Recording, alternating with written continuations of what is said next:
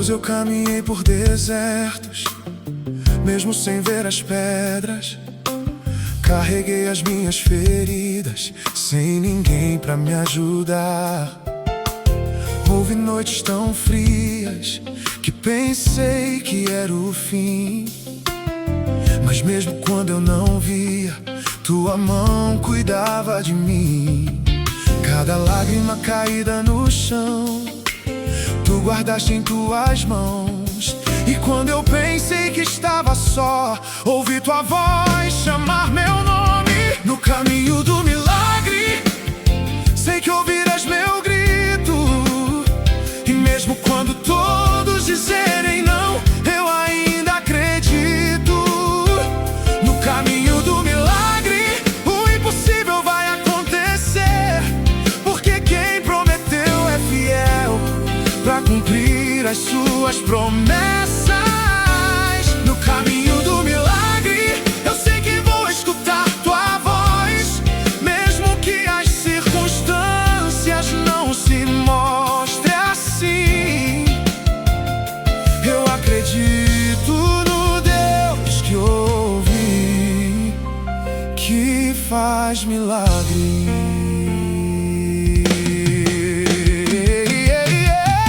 O vento forte me cercou por todo lado e a multidão tentou me desanimar, mas eu ouvi falar de alguém que podia me curar. E só podia ser Ele, o Cristo, o Filho do Deus vivo. Se o mundo disser que acabou, eu vou confiar outra vez, porque o Deus do impossível vai passar aqui. Eu vou esperar à beira do caminho, pois no milagre eu acredito. No caminho do milagre, sei que ouvirás meu grito. E mesmo quando todos dizerem não, eu ainda acredito. No caminho do milagre, o impossível vai acontecer, porque quem prometeu é fiel pra cumprir as suas promessas. No caminho do milagre, eu sei que vou escutar tua voz, mesmo que as circunstâncias não se mostrem assim. Eu acredito no Deus que ouvi, que faz milagres. Ele é o que faz o caminho no deserto, faz o morto viver. Oh, abre portas onde não existem e faz o cego ver. Ele cura as feridas antigas, sara a dor do coração. E onde só havia tristeza, Ele preenche com o seu perdão. No caminho do milagre, eu vou esperar por você, pois mesmo sem enxergar, sei que posso ver e ver o tempo da promessa, o sobrenatural de Deus. Pois quem começou a boa obra é fiel pra completar em mim.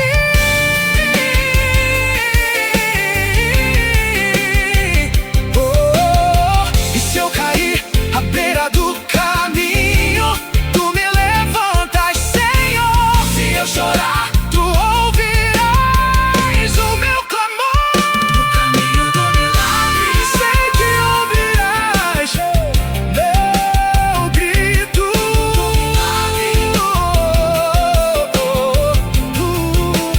No caminho do milagre,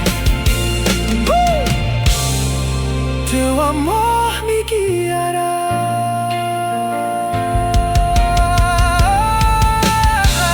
No caminho do milagre, vou te esperar.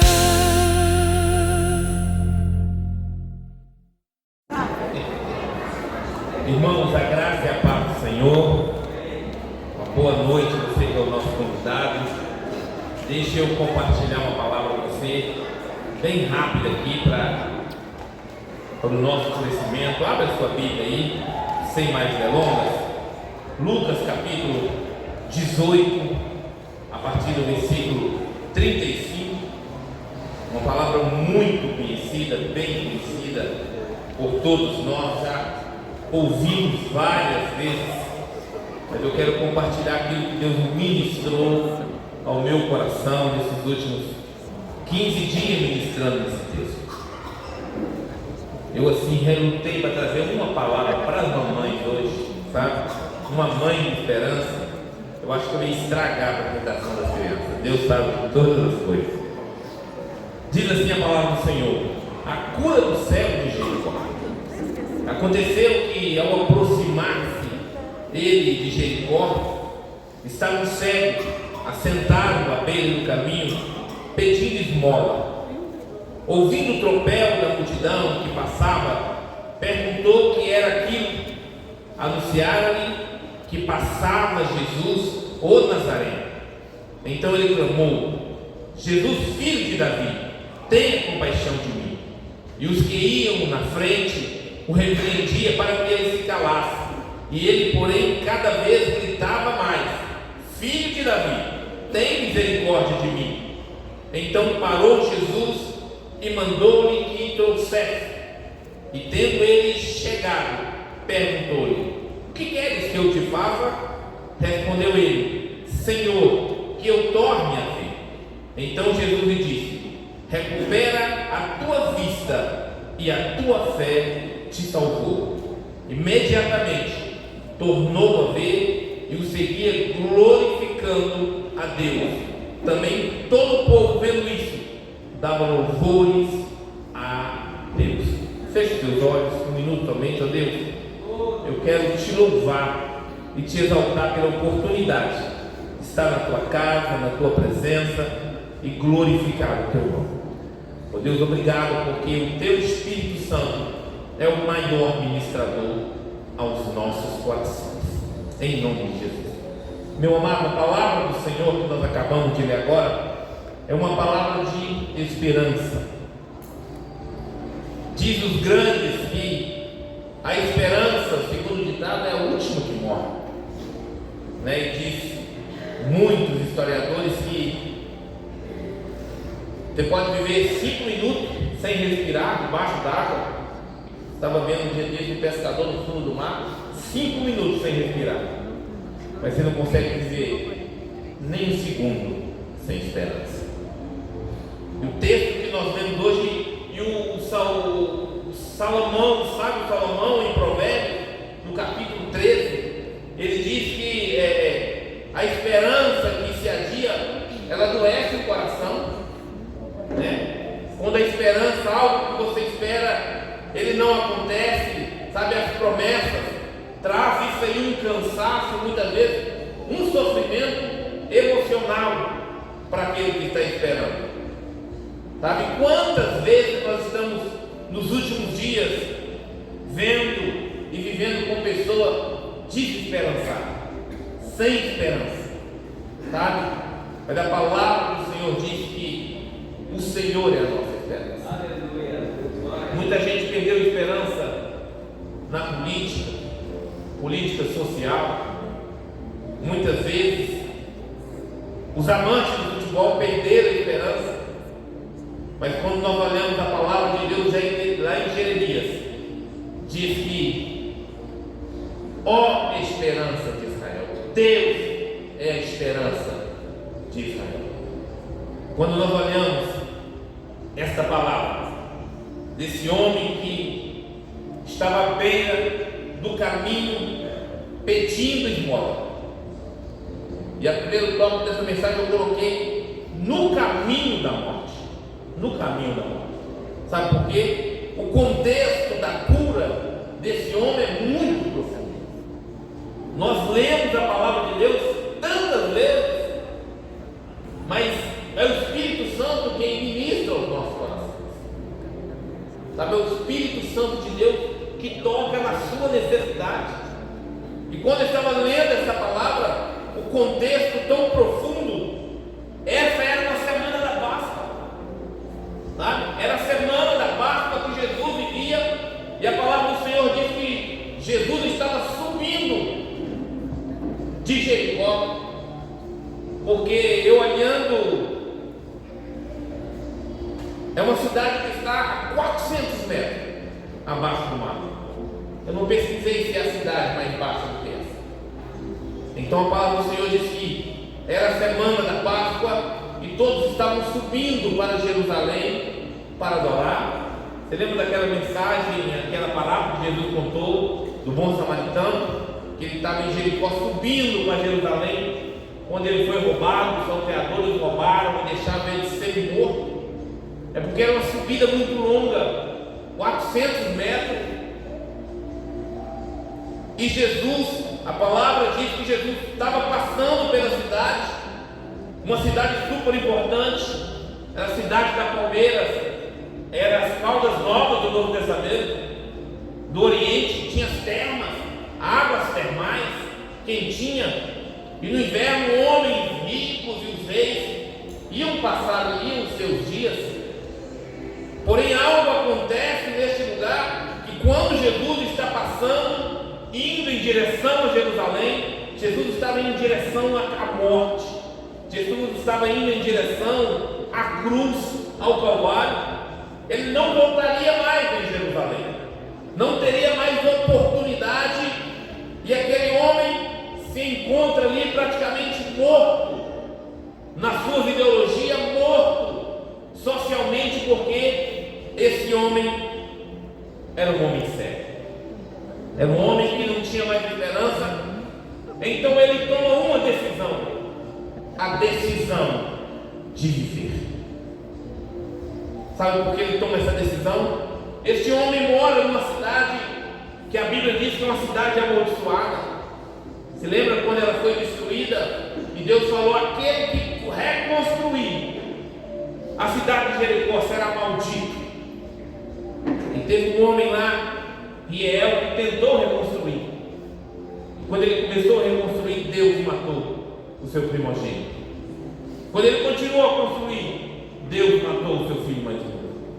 Esse homem estava vivendo em uma cidade amaldiçoada. E naquela época todos diziam que quando era uma cegueira, era uma maldição. Você lembra quando o discípulo pergunta a Jesus, aquele cego lá de nascença: Jesus, quem pecou? Foi ele ou foi os seus pais? Se tratava, eles davam como uma maldição quando a pessoa nascia cega. Muitas vezes os pais abandonavam. Mas quando nós olhamos para esse contexto, e quando eu estava olhando essa palavra, eu falei: esse homem, ele foi cego no decurso do caminho. E eu olhando a história, e eu posso falar com um pouco de propriedade, porque eu vivi quase 20 anos na Itália, e conheço um pouco da história.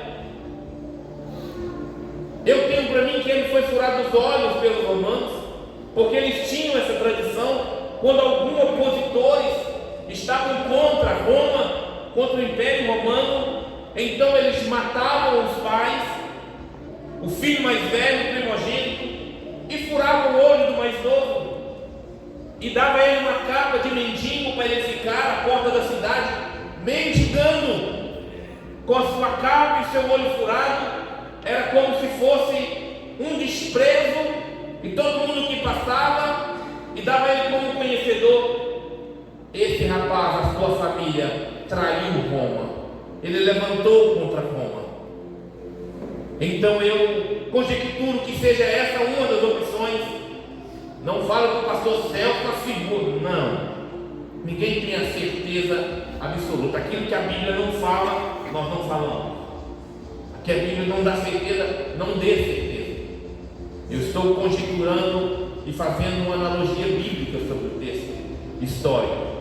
E quando nós olhamos, esse homem que estava jogado à beira do caminho, então ele tomou uma decisão de viver, quando a palavra do Senhor diz que Bartimeu, quer dizer, era filho de Timeu. A Bíblia não dá o nome dele, um homem que foi abandonado, e a Bíblia nem cita o seu nome, porque agora ele estava jogado à beira do caminho pedindo esmola. Mas ele dá um grito: para viver. Ele dá um grito, porque ele não tinha nenhuma perspectiva de vida. E lá no versículo 38, ele começa a gritar e a chamar pelo dono da vida, porque ele estava dando um grito e ele queria viver novamente a oportunidade de enxergar. E quando eu olhava para esse texto, Deus começa a entrar na nossa vida e na nossa história quando nós começamos a entender que nós devemos clamar por Ele. Quando esse homem toma uma decisão de clamar por Jesus, então a sua vida começa a mudar. Como ele toma uma decisão de viver, a sua vida começa a mudar, porque ele começa a clamar pelo dono da vida. E ele toma uma decisão de clamar por ele. Lá no versículo 39, sabe? Uma das possibilidades que eu acredito, ele ter os olhos vazados, porque quando Jesus pergunta para ele, sabe? Quando eles falam, ele pergunta para ele, que barulho é esse? O que está acontecendo? Eu estou vendo um tropel de uma multidão. E a Bíblia diz que ele diz: olha aqui, Jesus, o Nazareno, está passando por aqui. Quando ele ouviu o nome de Jesus, a Bíblia nos diz que ele toma uma decisão de clamar pelo Mestre. E a Bíblia diz que ele começa a gritar, e ele diz: Jesus, filho de Davi, tem misericórdia de mim. E a multidão que estava ali perto dele começa a gritar e falar com ele: cala a boca, você está atrapalhando. E a Bíblia diz que ele cada vez gritava mais alto. Sabe qual a diferença do grito dele para tantos outros? Que ele chamou Jesus de filho de Davi. Ele chamou Jesus de um nome messiânico. É como ele se gritasse: ô Jesus, filho de Davi, escolhido, prometido, esperado, esperança de Israel, Emanuel, Deus conosco. Ele começou a gritar todas essas coisas. Então ele chamou a atenção de Jesus. E a Bíblia diz que Jesus parou para ouvir quem é que estava chamando. Será que você tem clamado pela maneira certa? Quem sabe você decida chamar pelo nome certo e reconhecer esse Deus que pode parar e pode te ouvir. Eu não sei qual é o clamor da sua alma, mas quando nós olhamos aqui na palavra de Deus, diz que Jesus para. Quando ele para ouvir o seu clamor. Quando nós olhamos no versículo 40, ele para e fala assim: quem está me gritando? Chama lá. E a palavra do Senhor diz que eles vão atrás desse homem que não tinha sonho, não tinha esperança, que não tinha mais nenhuma perspectiva de vida, mas agora Jesus parou e ouviu o seu clamor e a sua oração. E tantas vezes nós achamos que as nossas orações e os nossos clamores não estão sendo ouvidos, e muitas vezes nós perdemos a esperança e dizemos: eu acho que não vai acontecer nada. E às vezes tudo que nós fazemos está errado. Muitas vezes nós damos um passo para frente, nós damos 3 para trás. A empresa está mal ou pior, todo mundo na empresa está crescendo, a gente está andando para trás. O que é que eu fiz de errado? Muitas vezes nós começamos a entender isso, que nós não estamos sendo as nossas orações ouvidas pelo Senhor. Mas em Apocalipse capítulo 5, no versículo 8, estava lendo essa semana, diz que os 24 anciões estão diante do Senhor, e cada um tinha sua taça na mão de ouro, e dentro dele cheio de incenso. Então João pergunta: o que é que esses homens têm nas mãos? E o Senhor fala: essas taças são o clamor e oração do santo. A nossa oração está diante do Senhor. Deus vai responder no momento propício, no seu momento, e mudar a sua história para que o nome dele seja glorificado. Eu não sei qual a sua necessidade. No meio da multidão, Jesus escutou aquele homem Jesus escutou foi a alma dele, Jesus escutou foi o coração dele, agoniado, talvez pagando um preço que nem era dele. E muitas vezes nós passamos por esse momento de estar vivendo algo que nós nem plantamos. Eu nem sei o que aconteceu, eu nem estava lá. E mesmo assim nós passamos por algum sofrimento, querendo entender por que nós estamos vivendo aquela situação. E o mais profundo do nosso coração, quando esse homem grita que ele é o Emanuel, e Jesus nos chama, parece uma coisa irônica, quando ele chega diante de Jesus, Jesus fala com ele assim: o que queres que eu te faça? O que queres que eu te faça? Eu tenho um amigo que é cego, o nome dele é Danley.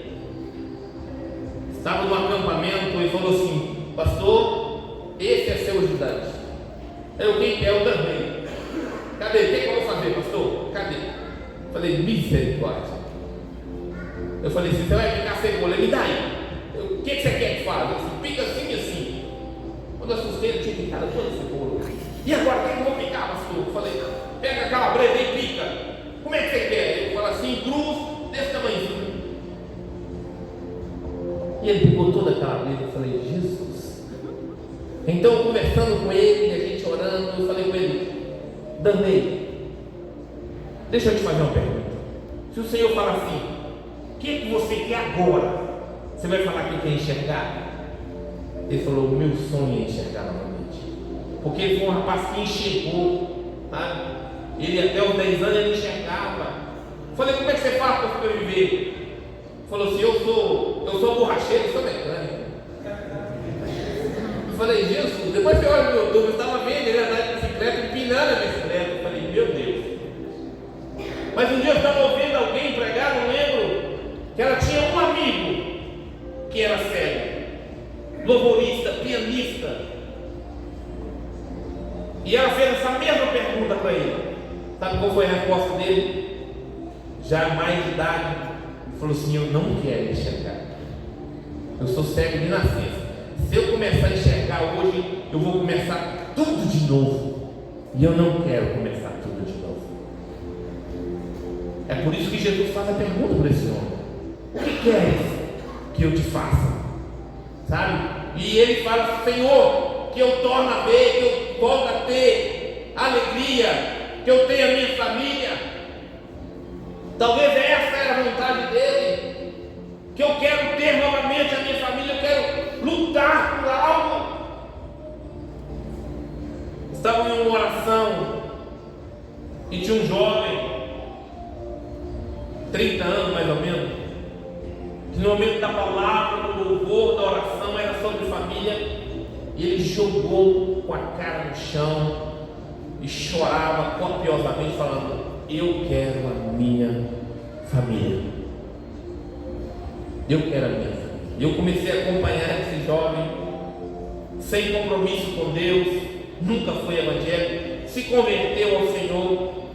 Então eu entendi porque ele gritava pela família, porque ele não amava a sua família, ele era infiel à sua família e à sua esposa. E agora ele estava querendo recomeçar a sua vida, porém com o Senhor Jesus, porque o Jesus abriu os seus olhos espirituais. O Senhor precisa de abrir os nossos olhos espirituais.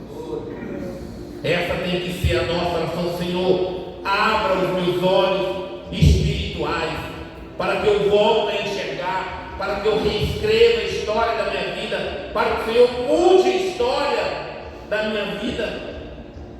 E a palavra do Senhor diz que esse homem, em gratidão ao Senhor, que quando o Senhor abre a sua visão, quando o Senhor o chama e fala assim: então torne a ver, porque a tua fé te salvou, dá para ele a visão e a salvação.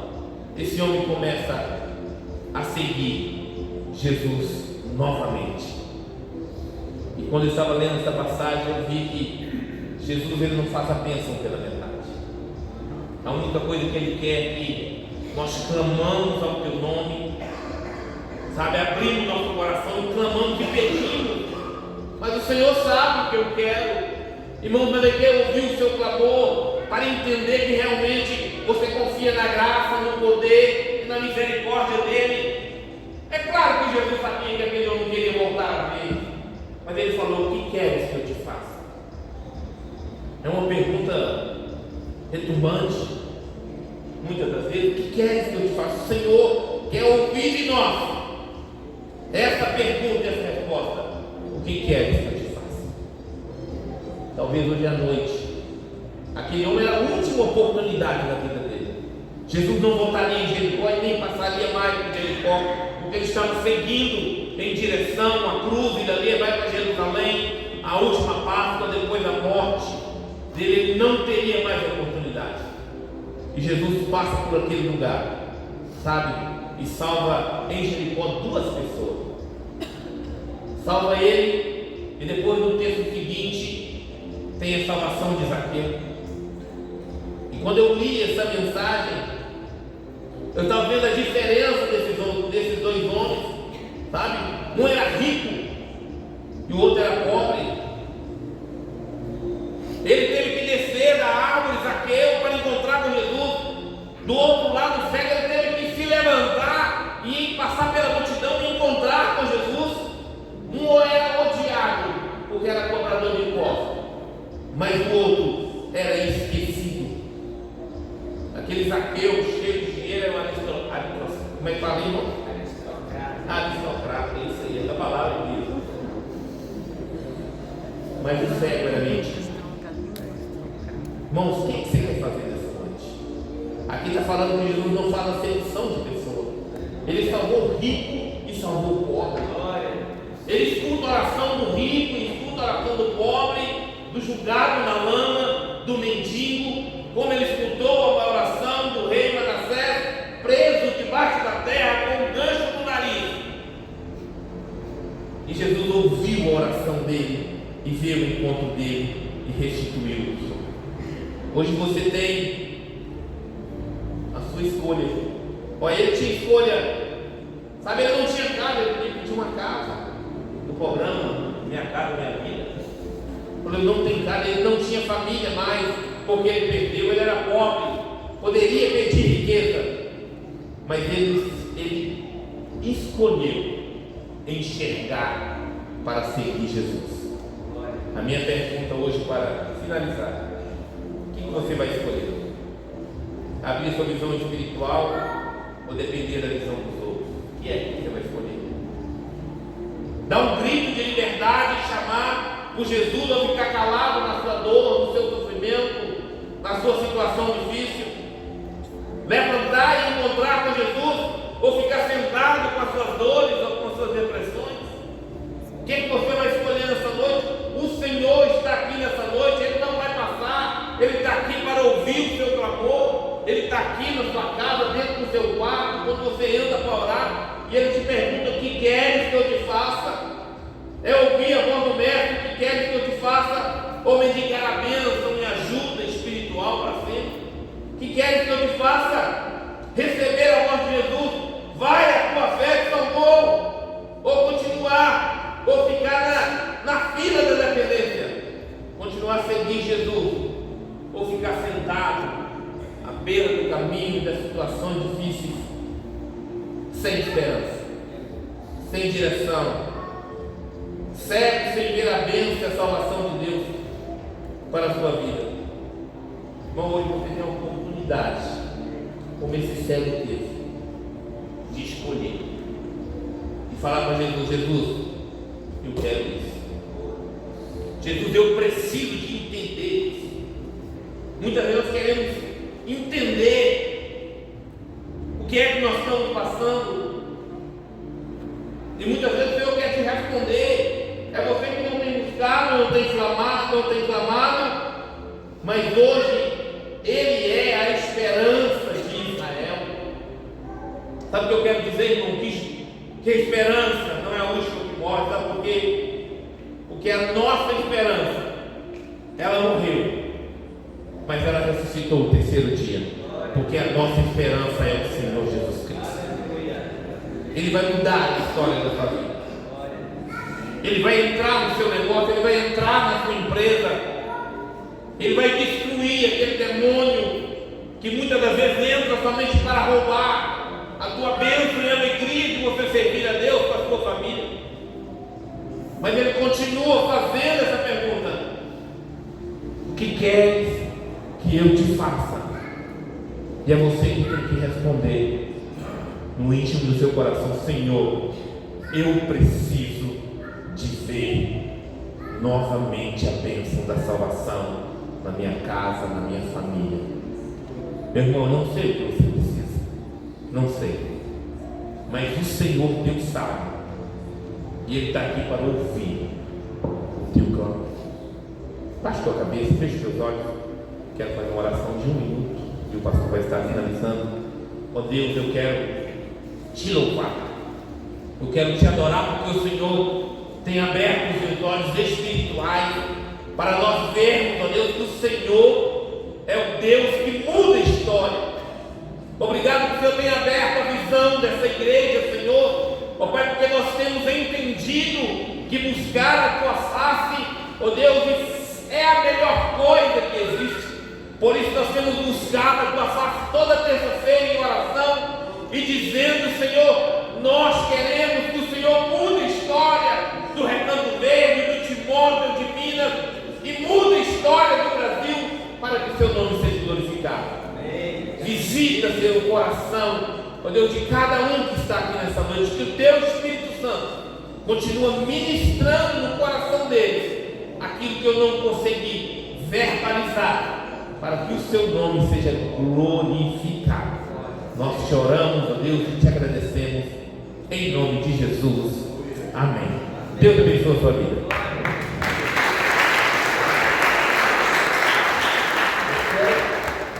Entregar o